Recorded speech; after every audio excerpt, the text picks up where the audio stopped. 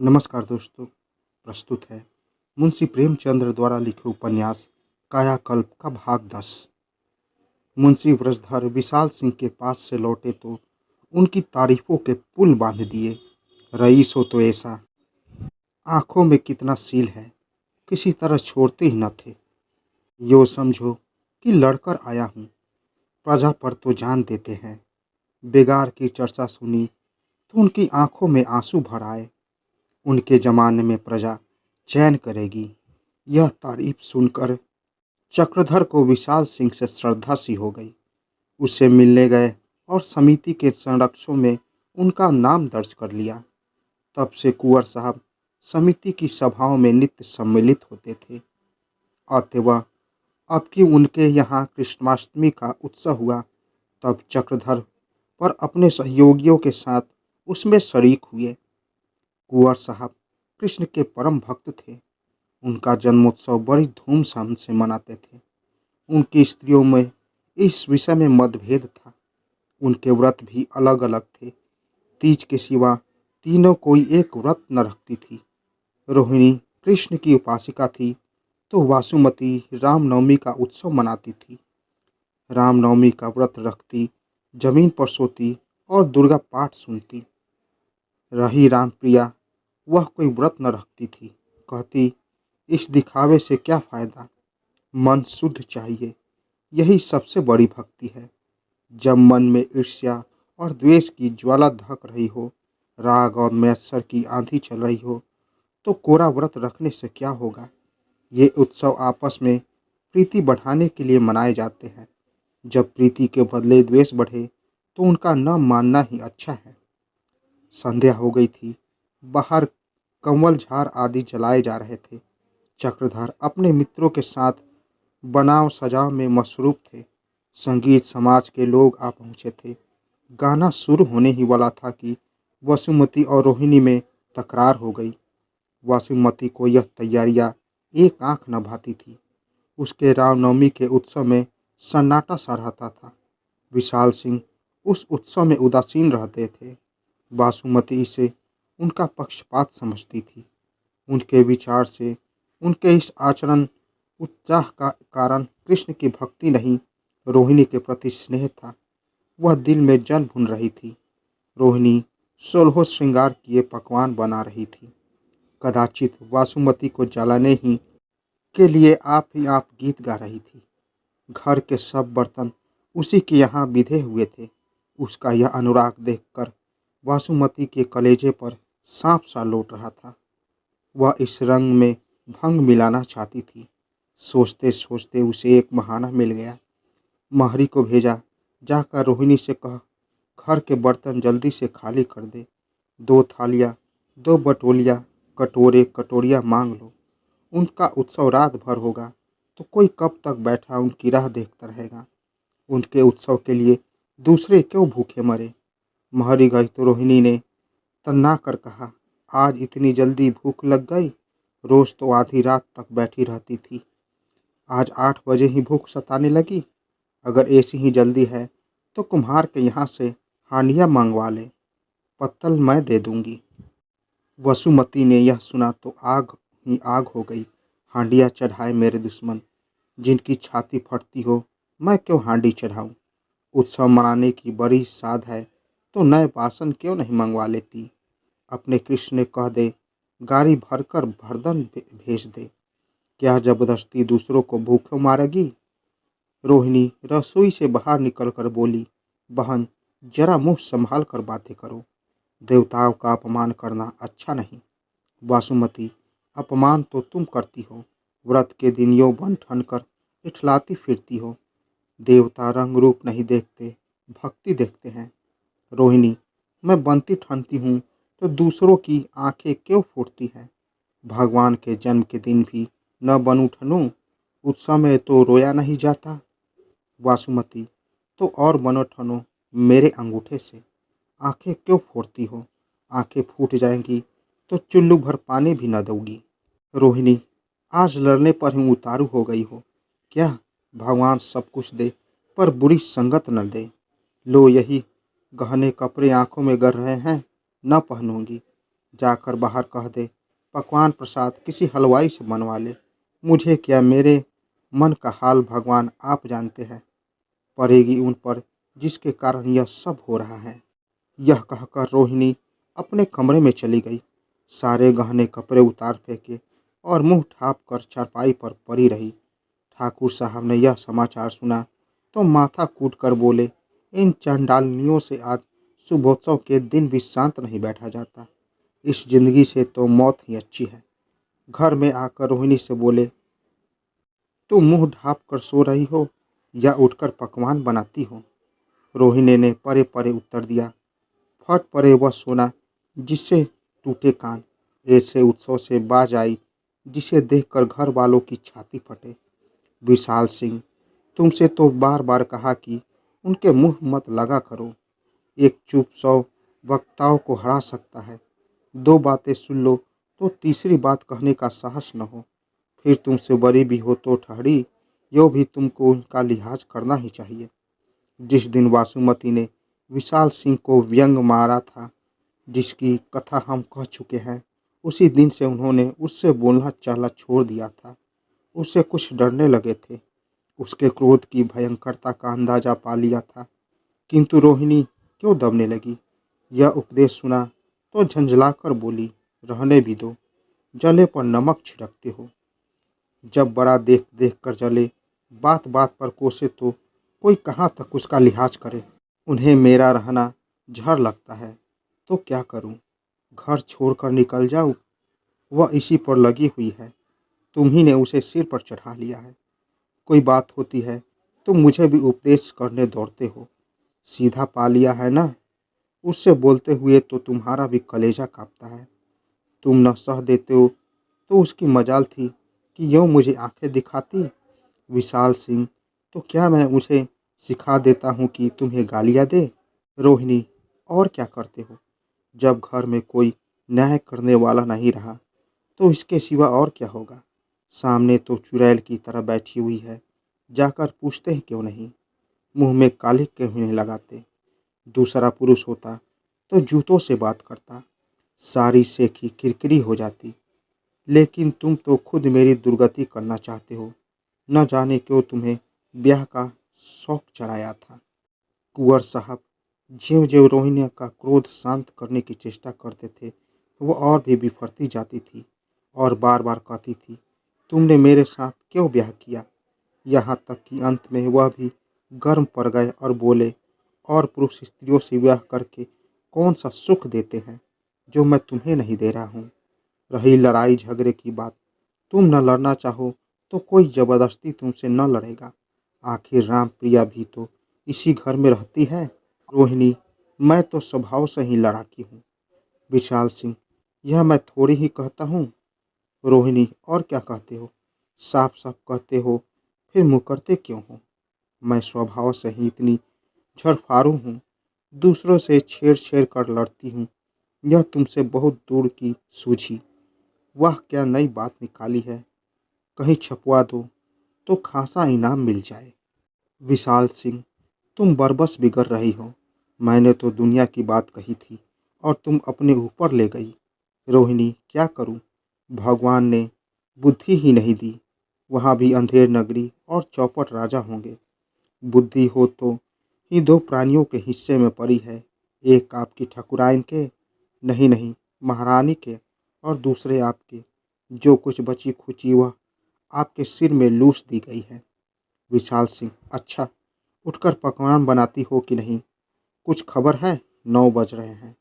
रोहिणी, मेरी बला जाती है। उत्सव मनाने की लालसा नहीं रही। विशाल सिंह, तो तुम न उठोगी? रोहिणी, नहीं नहीं, या और 2-4 बार कह दूँ? वासुमती सायबान में बैठी हुई दोनों प्राणियों की बातें तन्मय होकर सुन रही थी, मानो कोई सेनापति अपने प्रतिपक्षी की गति का अध्ययन कर रहा हो कि कब यह चूके और कब मैं दबा बैलूं। क्षण क्षण में परिस्थिति बदल रही थी। कभी अवसर आता हुआ दिखाई देता था, फिर निकल जाता था। यहाँ तक कि अंत में प्रतिद्वंदी की एक भद्दी चाल ने उसे अपेक्षित अवसर दे दिया। विशाल सिंह को मुंह लटकाए रोहिणी की कोठरी से निकलते देखकर बोली, क्या मेरी सूरत देखने की कसम खा ली है, या तुम्हारे हिसाब से मैं घर में हूँ ही नहीं? बहुत दिन तो हो गए, रूठे क्या, जन्म भर रूठे ही रहोगे? क्या बात है, इतने उदास क्यों हो? विशाल सिंह ने ठिठक कर कहा। तुम्हारी ही लगाई हुई आग को शांत कर रहा था, पर उल्टे हाथ चल गए। यह क्या रोज रोज तूफान खड़ा करती हो? 4 दिन की जिंदगी है, इसे हंस खेल कर नहीं काटते बनता। मैं तो ऐसा तंग हो गया हूँ कि जी चाहता है कहीं भाग जाऊँ।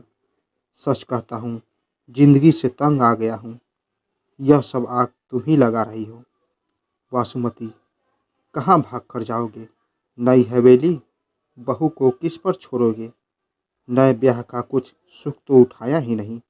विशाल सिंह, बहुत उठा चुका, जी भराया। बासुमती, बस एक ब्याह और कर लो, एक ही और, जिसमें चौकरी पूरी हो जाए। विशाल सिंह, क्या बैठे बैठे जलाती हो?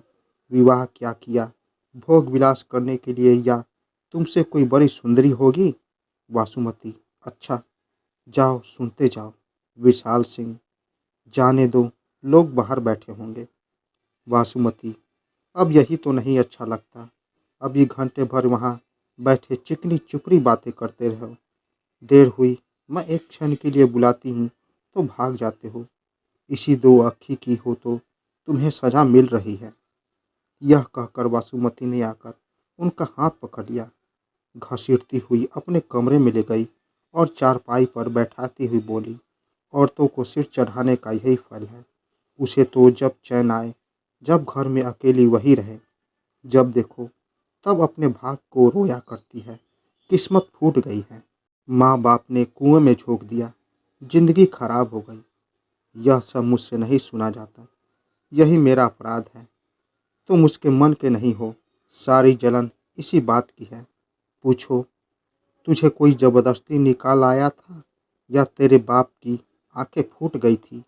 वहाँ तो यह सब मंसूबे थे कि बेटी मुंह जोड़ है, ही जाते राजा को अपनी मुट्ठी में करके रानी बन बैठेगी।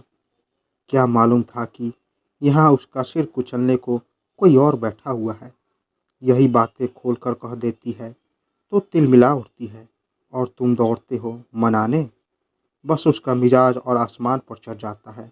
2-4 दिन रूठी पड़ी रहने दो, फिर देखो भीगी बिल्ली हो जाती है या नहीं। यह निरंतर का नियम है कि लोहे को लोहा ही काटता है। कुमानस के साथ कुमानस बनते ही से काम चलता है। गोस्वामी तुलसीदास जी ने नारियों के विषय में जो कहा है, बिल्कुल सच है। विशाल सिंह, यहाँ वह खटबास लेकर पड़ी है, अब पकवान कौन बनाएगा? वासुमती, क्या जहाँ मुर्गा न होगा वहाँ सवेरा ही न होगा? आखिर जब वह नहीं थी तब भी तो जन्माष्टमी मनाई जाती थी। ऐसा कौन सा बड़ा काम है, मैं बनाए देती हूँ। भगवान और ही बटे हुए हैं, या मुझे जन्माष्टमी से कोई बैर है? विशाल सिंह ने पुलकित होकर कहा, बस तुम्हारी इन्हीं बातों पर मेरी जान जाती है। कुलवंती स्त्रियों का यही धर्म है। आज तुम्हारी धानी सारी गजब ढा रही है। कवियों ने सच कहा है, यौवन प्रौढ़ होकर और भी अज्ञेय हो जाता है। चंद्रमा का पूरा प्रकाश भी हो तो पूर्णिमा ही का ही होता है। वासुमती, खुशामद करना तो कोई तुमसे सीख ले। विशाल सिंह, जो चीज़ कम हो वह और मंगवा लेना। विजय के गर्व से फूली हुई वासुमती आधी रात तक बैठी भांति भांति के पकवान बनाती रही। द्वेष ने वर्षों की सोई हुई कृष्ण भक्ति को जागृत कर दिया। वह इन कामों में निपुण थी, श्रम से उसे कुछ रुचि थी, निठल्ले न बैठा जाता था। रोहिणी जिस काम को दिन भर मरमर कर करती, उसे वह 2 घंटे में हंसते हंसते पूर्ण कर देती थी। राम प्रिया ने उसे बहुत व्यस्त देखा तो वह भी आ गई और दोनों मिलकर काम करने लगी। विशाल सिंह बाहर गए और कुछ देर तक गाना सुनने रहे। वहाँ जी न लगा, फिर भीतर चले आए और रसोई घर के द्वार पर मोढ़ा डालकर बैठ गए। भय था कि कहीं रोहिणी कुछ न कह बैठे और दोनों फिर न लड़ मरे। वासुमती ने कहा, बाहर क्या हो रहा है? विशाल सिंह, गाना शुरू हो गया है। तुम इतनी महीन पूरियाँ कैसे बनाती हो, फट नहीं जाती? वासुमती, चाहे तो इनमें भी महीन बेल दूँ, कागज मात हो जाए। विशाल सिंह, मगर खिलेगी न? वासुमती, खिलाकर दिखा दूँ? डब्बे सी न फूल जाए तो कहना। अभी महारानी नहीं उठी क्या? इसमें छिपकर बातें सुनने की बुरी लत है। न जाने क्या चाहती है। बहुत औरतें देखी, लेकिन इसके ढंग सबसे निराले हैं। मुहब्बत तो इसे छू नहीं गई। अभी तुम 3 दिन बाहर कराते रहे, पर कसम ले लो तो उसका मन जरा भी मैला हुआ हो। तुम लोगों के प्राण तो नसों में समा गए थे। रात दिन देवी देवताएं मनाया करती थी। वहाँ पान चबाने, आईना देखने और मांग चोटी करने के सिवा और कोई दूसरा काम ही न था। ऐसी औरतों पर कभी विश्वास न करें। विशाल सिंह, सब देखता हूँ और समझता हूँ, निरा गधा नहीं हूँ। वासुमती, यही तो रोना है कि तुम देख कर भी नहीं देखते, समझ कर भी नहीं समझते। जहाँ उसने मुस्कुराकर आंखें मटकाकर बातें की, मस्त हो गए। लल्लो चप्पो किया करते हो, थर थर काँपते रहते हो कि कहीं रानी नाराज न हो जाए। आदमी में सब ऐब हो, किंतु मेहर बस न हो। कोई कोई बड़ी सुंदरी भी तो नहीं है। रामप्रिया, एक समय सखी सुअर सुंदर, जवानी में कौन नहीं सुंदर होता है। वासुमती, उसके माथे से तो तुम्हारे तलवे अच्छे, 7 जन्म ले ले तो भी तुम्हारे गर्द को न पहुँचे। विशाल सिंह, मैं मेहर बस हूँ। वासुमती, और क्या हो। विशाल सिंह, मैं उसे ऐसी बातें करता हूँ कि वह भी याद करती होगी। घंटों रुलाता हूँ। वासुमती, क्या जाने, यहाँ तो जब देखती हूँ उसके मुस्कुराते देखती हूँ, कभी आंखों में आंसू न देखा। रामप्रिया, कड़ी बात भी हंसकर कही जाए तो मीठी हो जाती है। विशाल सिंह हंसकर नहीं कहता, डांटता हूँ, फटकारता हूँ। लौंडा नहीं हूँ कि सूरत पर लट्टू हो जाऊँ। वासुमती, डांटते होगे, मगर प्रेम के साथ। ढलती उम्र में भी सभी मर्द तुम्हारे ही जैसे हो जाते हैं, कोई नई बात नहीं है। मैं तुमसे लाख रूठी रहूं, लेकिन तुम्हारा मुंह जरा भी गिरा देखा और जान निकल गई। सारा क्रोध हवा हो जाता है। वहाँ जब तक जाकर पैर न सहलाओ, तलवों से आँख न मलो, देवी जी सीधी ही नहीं होती। कभी कभी तुम्हारी लंपटता पर मुझे हंसी आती है। आदमी करे दम चाहिए, जिसका अन्याय देखे उसे डंटे दे, बुरी तरह डांट दे। खून पी लेने पर उतारू हो जाए, ऐसे ही पुरुषों में स्त्रियां प्रेम करती है। भय बिना प्रीति नहीं होती। आदमी ने स्त्री की पूजा की है कि वो उसकी आंखों से गिरा। जैसे घोड़ा पैदल और सवार पहचानता है, उसी तरह औरत भी भकुए और मर्द को पहचानती है। जिसने सच्चा आसन जमाया और लगाम करी रखी, उसी की जय है। जिसने रास ढीली कर दी, उसकी कुशल नहीं। रामप्रिया मुंह फेर कर मुस्कुराई और बोली, बहन, तुम सब गुर्ग बताए देती हो, किसके माथे जाएगी। वासुमती, हम लोगों की लगाम कब ढीली थी। रामप्रिया, जिसकी लगाम कभी न करी थी, वह आज लगाम तानने से थोड़े ही काबू में आ जाती है और भी दुलतिया झाड़ने लगेगी। विशाल सिंह, मैंने तो अपनी जान में कभी लगाम ढीली ही नहीं की। आज ही देखो कैसी फटकार बताई। वासुमती, क्या कहना है, जरा मूछें खड़ी कर लो। लाओ, पगिया मैं सवार दूँ। यह नहीं कहते कि उसने ऐसी ऐसी चोटें की, भागते ही बना। सहसा किसी के पैरों की आहट पाकर वासुमती ने द्वार की ओर देखा। रोहिणी रसोई के द्वार से दबे पांव चली जा रही थी। मुंह का रंग उड़ गया था। दांतों से ओठ दबाकर बोली, छिपी खड़ी थी, मैंने साफ देखा। अब घर में रहना मुश्किल है। देखो क्या रंग लाती है। विशाल सिंह ने पीछे की ओर सशंक नेत्रों से देखकर कहा, बड़ा गजब हुआ। चुड़ैल सब सुन गई होगी, मुझे जरा भी आहट न मिली। वासुमती, ऊह, रानी रूठेगी, अपना सुहाग लेगी, कोई कहाँ तक डरे। आदमियों को बताओ यह सामान कहाँ से ले जाए। भद्दों की अंधेरी रात थी। हाथ को न हाथ सूझता था। मालूम होता था पृथ्वी पाताल में चली गई है या किसी विराट जंतु ने उसे निगल लिया है। मोमबत्तियों का प्रकाश तिमिर सागर में पांव रखते कांपता था। विशाल सिंह भोग के पदार्थ थालियों में भरवा भरवा कर बाहर रखवाने में लगे हुए थे। कोई केले छील रहा था, कोई खीरे काटता था, कोई दोनों में प्रसाद सजा रहा था। एकाएक रोहिणी एक चादर ओढ़े हुए घर से निकली और बाहर की ओर चली। विशाल सिंह दहलीज के द्वार पर खड़े थे। इस भरी दशा में उसे यो निशंक भाव से निकलते देखकर उनका रक्त खौलने लगा। जरा भी न पूछा, कहाँ जाती हो, क्या बात है। मूर्ति की भांति खड़े रहे। दिल ने कहा, जिसने इतनी बेहयाई की उससे और क्या आशा की जा सकती है। वहाँ जाता जाती हो जाए, जो जी में आए करे। जब उसने मेरा सिर नीचा ही कर दिया है तो मुझे उसकी क्या परवाह। बेहया निर्लज तो है ही, कुछ पुट्ठू और गालियाँ देने लगे तो मुंह में और भी कालिख लग जाए। जब उसको मेरी परवाह नहीं तो मैं क्या उसके पीछे दौड़ूं। और लोग अपने अपने काम में लगे हुए थे। रोहिणी पर किसी की निगाह न पड़ी। इतने में चक्रधर उससे कुछ पूछने आए तो देखा कि महरी उनके सामने खड़ी है और क्रोध से आंखें लाल किए कह रहे हैं, अगर वह मेरी लौंडी नहीं है तो मैं भी उसका गुलाम नहीं हूँ। अगर वह स्त्री होकर इतना आपे से बाहर हो जा सकती है तो मैं पुरुष होकर उसके पैरों पर सिर न रखूँगा। इच्छा हो जाए, मैंने तितांजलि दे दी, अब इस घर में कदम न रखने दूंगा। चक्रधर को देखकर आपने भी उसे देखा होगा। चक्रधर, किसे? मैं तो केले छील रहा था। कौन गया है? विशाल सिंह, मेरी छोटी पत्नी जी रूठ कर बाहर चली गई है। आपसे घर का वास्ता है, आज औरतों में किसी बात पर तकरार हो गई है। अब तक तो मुंह फुलाए बैठी रही थी, अब यह सनक सवार हुई। मेरा धर्म नहीं है कि मैं उसे मनाने जाऊं। आप धक्के खाएगी, उसके सिर पर कुबुद्धि सवार है। चक्रधर, किधर गई है महरी? महरी क्या जानूं बाबूजी, मैं तो बर्तन मांज रही थी, सामने ही गई होगी। चक्रधर ने लपट कर लालटेन उठा ली और बाहर निकल दाएं बाएं निगाहें दौड़ाते तेजी कदमों से आगे बढ़ते चले गए। कोई 200 कदम गए होंगे कि रोहिणी एक वृक्ष के नीचे खड़ी दिखलाई दी। ऐसा मालूम होता था कि वह छिपने के लिए कोई जगह तलाश कर रही है।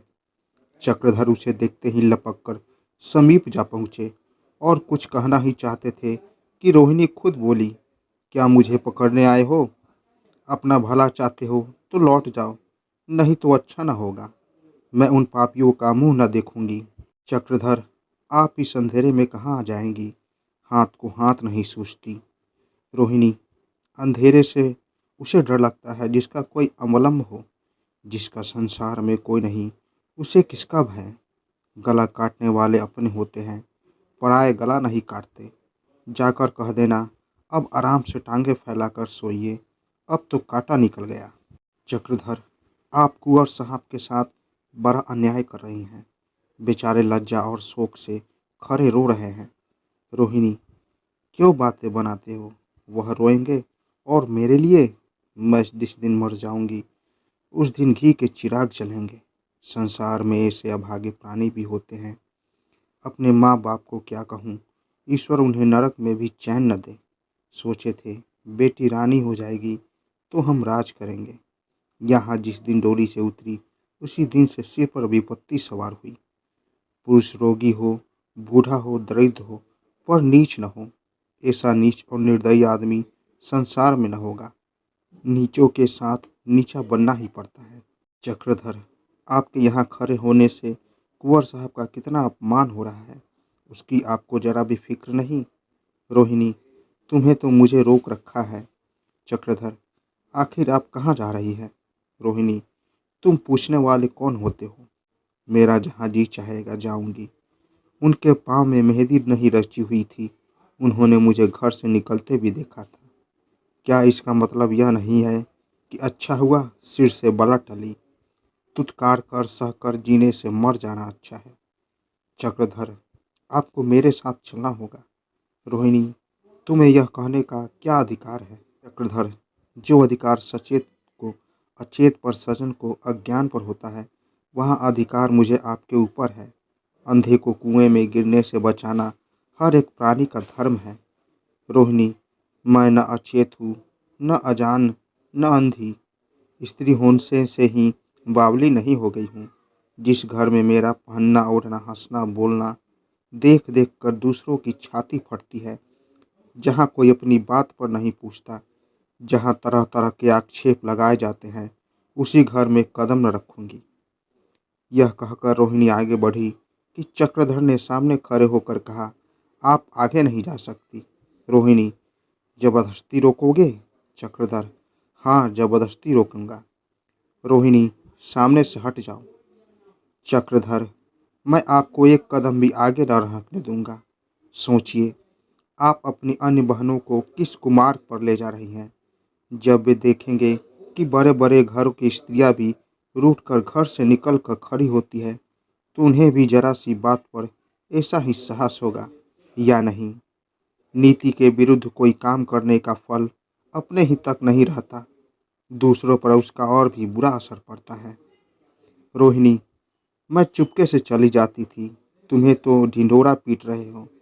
चक्रधर, जिस तरह से रन से भागते हुए सिपाही को देखकर लोगों को उससे घृणा होती है, यहाँ तक कि उसका वध कर डालना भी पाप नहीं समझा जाता, इसी तरह कुल में कलंक लगाने वाली स्त्रियों को भी सबको घृणा हो जाती है और कोई उसकी सूरत तक नहीं देखना चाहता।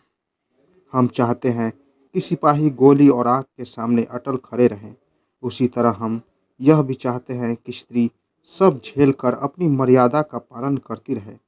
हमारा मुंह हमारी देवियों से उज्ज्वल है, और जिस दिन हमारी देवियाँ इस भांति मर्यादा की हत्या करने लगेगी, उसी दिन से हमारा सर्वनाश हो जाएगा।